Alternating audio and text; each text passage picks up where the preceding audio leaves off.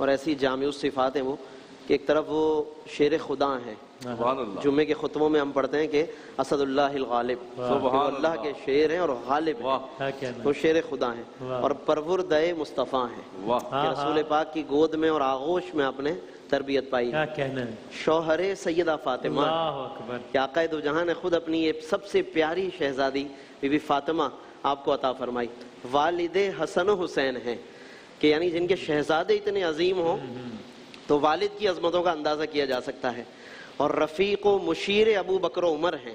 یعنی ابو بکر و عمر کے مشیر ہیں خلافت کے معاملات میں، امور میں شانہ بشانہ ہیں، دوست ہیں اور ان کے مشیر ہیں، کہ حضرت عمر کا جیسے ابھی حوالہ دیا تو ایک اور حوالہ یہ بھی ہے کہ حضرت عمر فرماتے تھے میں پناہ مانگتا ہوں ایسے فیصلے سے کہ جس فیصلے میں علی میرے ساتھ شامل نہ ہو، تو وہ رفیق و مشیر ابو بکر و عمر ہیں، اور معاون و مددگار عثمان غنی ہیں، کہ حضرت عثمان غنی کا جس وقت محاصرہ ہوا تھا تو اس وقت باقاعدہ حسن و حسین کو ان کی حفاظت کے لیے آپ نے مقرر فرمایا، تو یہ مشیر ابو بکر و عمر بھی ہیں، معاون عثمان غنی ہیں، یعنی اتنی جہتیں ہیں، اتنے عنوانات ہیں کہ شیر خدا سے لے کر اہل بیت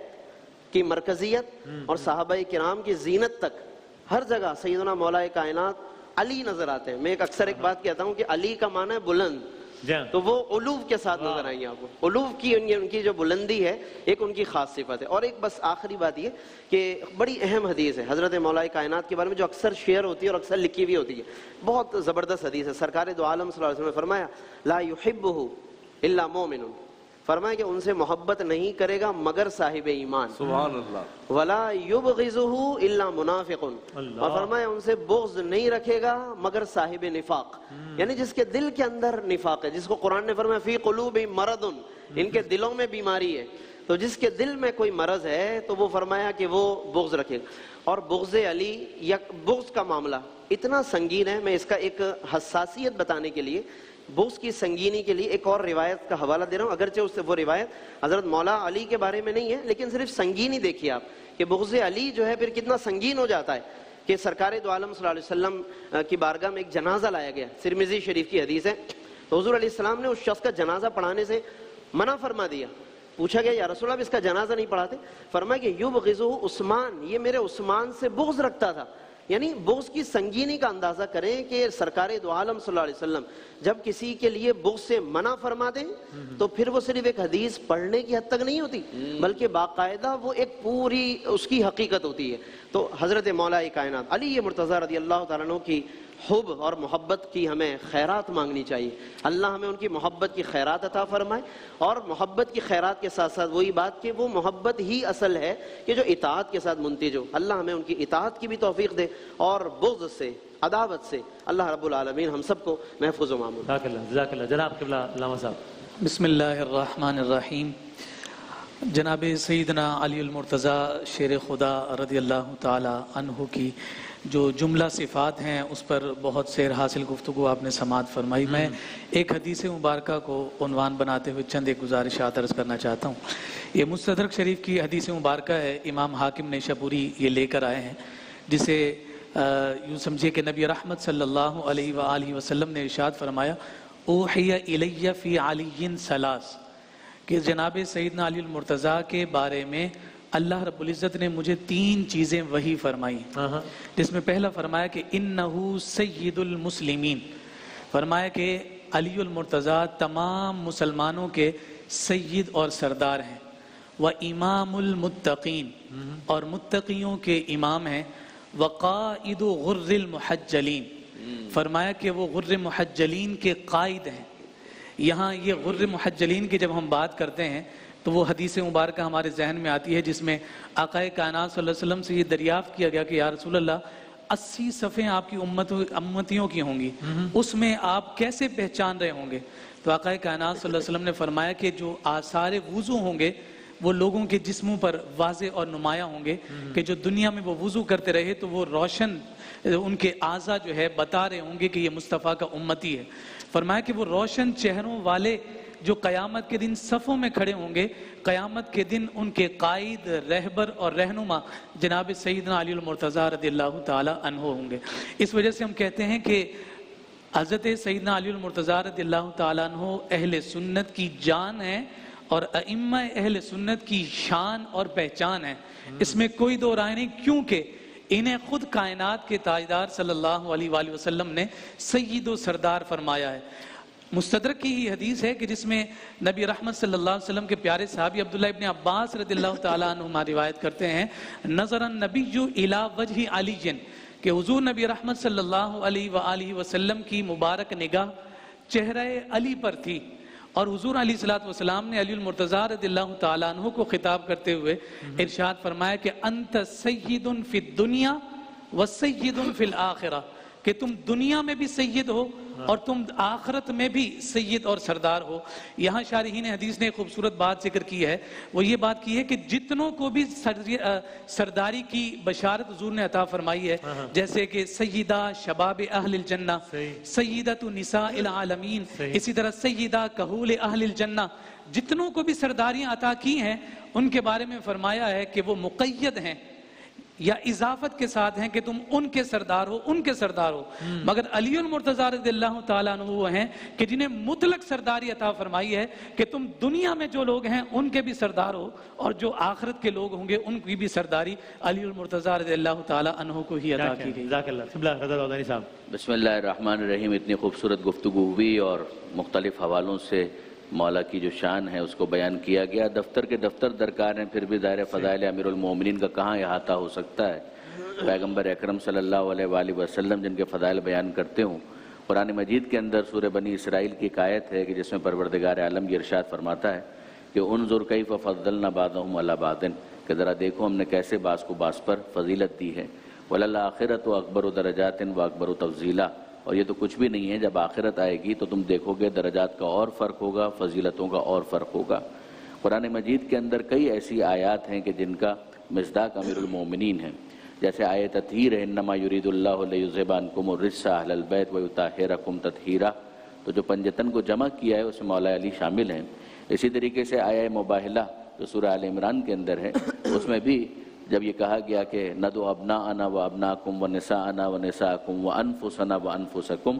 کہ ہم اپنے بیٹوں کو لے کر آتے ہیں، تم اپنے بیٹوں کو لے کر آؤ، تو ابناءنا کے مصداق کے طور پر حسنین گئے، اسی طرح سے نساءنا کے مصداق کے طور پر جناب سیدہ کو لے کر گئے پیغمبر اکرم، اور انفسنا کے مصداق کے طور پر جن کو لے کر گئے ہیں پیغمبر اکرم وہ مولا کائنات علی ابن ابی طالب علیہ السلام کی ذات مبارک ہے۔ اسی طریقے سے آیہ نجوہ قرآن مجید کے اندر ہے، اب ظاہر کہ اشارہ ہی ہو سکتا ہے ورنہ تو تفصیل ہے، کہ جس کے اندر نجوہ کے بعد یعنی سرگوشی کے بعد،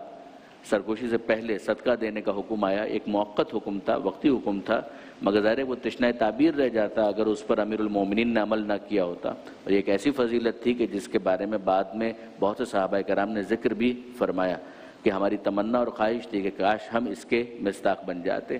اس طرح سے اور بہت ساری چیزیں۔ ابھی علامہ لیاقت صاحب نے شب ہجرت کا جو ذکر فرمایا، اس موقع پر جو آیت نازل ہوئی سورہ بقرہ کے اندر ہے کہ من الناس من یشری نفسہ ابتغاء مرضات اللہ واللہ رؤوف بالعباد، کہ لوگوں میں ایک یہ بھی تو ہے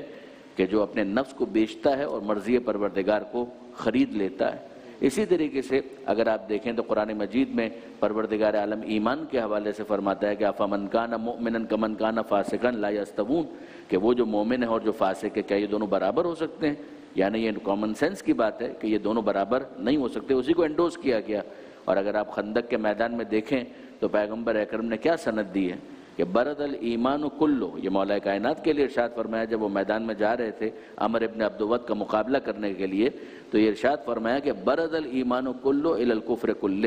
کہ کل ایمان کل کفر کے مقابلے پر جا رہا ہے۔ اور پھر اس کے بعد جب فتح مند ہو کر آئے تو پیغمبر اکرم نے ایک اور صلی اللہ علیہ وآلہ وسلم ایک اور سند ارشاد فرمائی اور یہ کہا کہ ضربت علی یوم الخندق افضل من عبادت الثقلین، کہ یہ ایک ضربت جو آج علی نے لگائی ہے خندق کے میدان میں، ثقلین کی عبادت اس کا مقابلہ نہیں کر سکتی۔ امام شافعی رحمۃ اللہ علیہ کا جو شعر ہے اس کے اوپر اگر آپ اجازت دیں تو میں ختم کروں کہ وہ بہت عمدگی کے ساتھ جنہ جنہ اور جنہ اس لفظ کے اندر جو ترکیب کا جو استعمال اور اعراب کا جو تغیر ہے، یعنی صاحبان علم تشریف فرما ہے وہ اس کو یقیناً بہت اچھی طریقے سے پڑھتے ہوں گے، انجوائے کرتے ہوں گے۔ اس کے اندر وہ فرماتے ہیں کہ علی حبہ جنہ قسیم النار والجنہ وسیع مصطفیٰ حقہ امام الانس والجنہ، کہ علی ان کی محبت حبہ جنہ سپر ہے، یعنی روکنے والی ہے، ڈھال بن جاتی ہے. قسیم النار والجنہ، ان کے ذریعے سے جنت اور جہنم کی تقسیم ہے. وسیع و مصطفیٰ حقہ، مصطفیٰ کے برحق وسیع ہے، اور امام الانس والجنہ،